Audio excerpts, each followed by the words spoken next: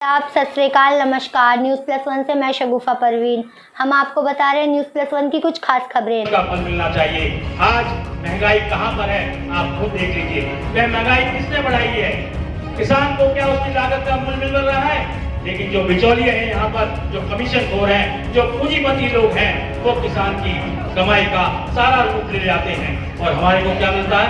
आटा, दाल, चावल, चीनी, रसोई गैस महंगा हो गया। कौन कर रहा है? ये लोग, ये तो लोग कर रहे हैं। क्या ये देश नहीं चल रहा? ये देश चलाने वाले लोग कैसे लोग हैं जो देश के लिए भला नहीं कर चाहते? उन्होंने किसान की बात की, चरण सिंह जी ने, उन्होंने देश के लोगों के लिए मूलभूत सुविधाओं की बात की, कि देश के गरीबी की दूर करने की बात की। लेकिन आजादी के 75 साल हो गए, क्या देश की गरीबी दूर हो पाई? क्या हमारे नौजवानों को रोजगार मिल पाया? क्या हमारी माँ बहनें सुरक्षित रह पाई? क्या इसी देश के लिए सपना देखा था हमारे सेनानियों ने? उन लोगों ने अपनी कुर्बानियां दी थी। क्या गांधी जी ने यही देश देखा था कि आज हम 75 साल की आजादी के बाद भी हम अपनी माँ बहनों की आबरू को सुरक्षित नहीं कर पा रहे? हम लोगों के लिए आज भी भूख का संकट है कि 1 किलो आज भी चना दिया जा रहा है, 1 किलो दाल दी जाती है, 1 किलो नमक दिया जा रहा है। क्या आज भी देश भिखारी की कंगाल पे खड़ा कर दिया गया? क्या है ये देश? क्यों नहीं देश को बना सकते ये लोग कि हम लोगों के हाथों में सत्ता रहे, हम लोगों के हाथों में नौकरी रहे, हमारे बच्चे पढ़ लिख ले गए, हमारे बच्चों के लिए अस्पताल हो। कोरोना काल में क्या हुआ? गैस का सिलेंडर, ऑक्सीजन का सिलेंडर नहीं मिल पाया, दवाइयां नहीं मिल पाई, बैग नहीं मिल पाया, लाखों लोग चले गए हमारे सगे संबंधी परिवार के लोग। लेकिन ये देश की जो सत्ता पे बैठे लोग हैं, उनके कानों में जू नहीं लेगी। इसलिए आपको सोचना पड़ेगा आने वाले समय में। 2022 का चुनाव आपके सामने है। आज श्रद्धेय चौधरी सर जी की जयंती है, लेकिन मैं कहना चाहता हूँ, अगर हम इंसानियत को जिंदा नहीं रख पाएंगे, अगर हम इस मजहब में पड़ जाएंगे, हिंदू और मुस्लिम के चक्कर में पड़ जाएंगे, या धर्म की राजनीति में पड़ जाएंगे, तो देश का भला नहीं कर पाएंगे। अगर हमारी सच्ची श्रद्धांजलि उनके प्रति होगी कि हम देश में ऐसे लोगों को लेकर आए, ऐसे लोगों को सत्ता दे जो देश का भला कर सके, हमारी माँ बहनों के लिए नीतियां बन सके, हमारे समाज के लिए अच्छी नीतियां बन सके, हमारा देश किसान की रास्ते पर चल पाए, ऐसे लोगों को आप सत्ता में लाइए।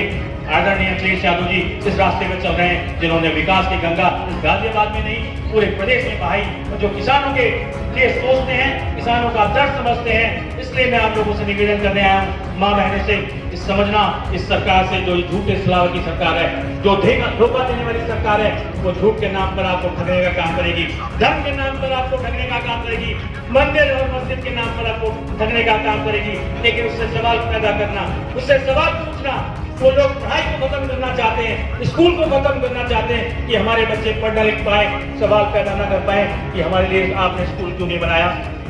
5 साल हो गए स्कूल की बात करते करते इनको, 5 साल हो गए कि अस्पताल देंगे गाजियाबाद में, क्या अस्पताल बना पाए?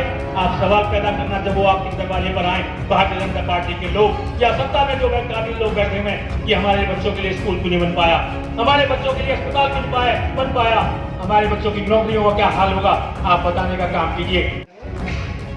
जो भी इस कार्यक्रम में श्रद्धेय चौधरी चरण सिंह जी के जन्म दिवस में शामिल हैं, मैं सबका स्वागत करता हूं, अभिनंदन करता हूं और चौधरी चरण सिंह जी के चरणों में नमन करता हूं, वंदन करता हूं। राजदेवी चौधरी ने बहुत विस्तार से बात बताई। सरदार ओंकार सिंह काले ने, वीरेंद्र जी ने, किरण कालिया ने, तालान साहब ने और जितने भी वक्ता हैं, सभी लोगों ने अपनी बात आपके सामने रखी। चौधरी चरण सिंह जैसा व्यक्तित्व, जो मेरी समझ है, जो मेरी सोच है, सैकड़ों साल में पैदा होते हैं। इतना बड़ा व्यक्तित्व जिसे गांव, गरीब, देहात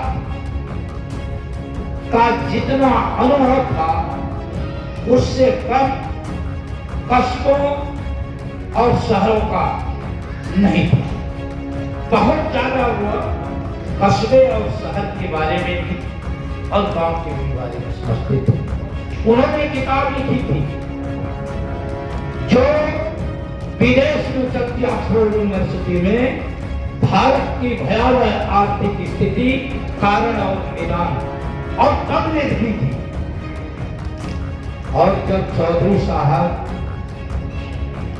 नमक सत्याग्रह कानून तोड़कर हिंद नदी के पास नमक बना रहे थे महात्मा गांधी जी के आह्वान पर, तो चौधरी साहब को 6 महीने की सजा हुई।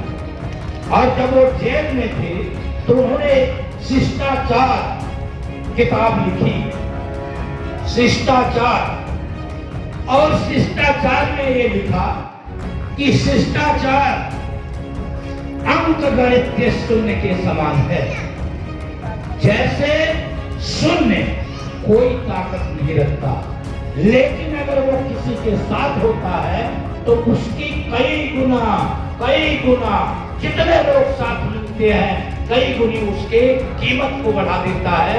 आदमी चौधरी साहब ने वो शिष्टाचार, उनका ये मानना था कि राजनीति में अगर अच्छे और ईमानदार लोग नहीं आएंगे, नैतिक लोग नहीं आएंगे, तो न देश सुदृढ़ होगा, न समाज सुदृढ़ होगा, न गांव का विकास होगा, न शहर। जैसा वीरेंद्र जी ने कहा कि चौधरी साहब कहा करते थे कि देश की समृद्धि का रास्ता, गांव की समृद्धि का, शहर की समृद्धि का रास्ता गांव के खेत और खलिहानों से निकलता है, कस्बे भी तभी मजबूत होते हैं। चौधरी साहब को बहुत प्यार। तो मैं आप लोगों के बीच में ये कहना चाहता हूं कि आज की स्थिति, जो उनके अंदर सरलता थी, जो उनकी पैनी दृष्टि थी हर समस्या पर, वह बेजोड़ थी। चौधरी साहब लगातार जितनी भी समस्याएं थी किसानों की, उस पर गौर करते थे। पूर्व वक्ताओं ने बहुत बात बता दी है, लेकिन आज राजनीति की दिशा बदली हुई है। हम लोगों को सतर्क रहना है। जो लोग गांव के लोग हैं और शहरों में हैं, उन्हें पूरा सतर्क रहना है, क्योंकि आज Chaudhary. Subscribe now and press the bell icon. Never miss an update.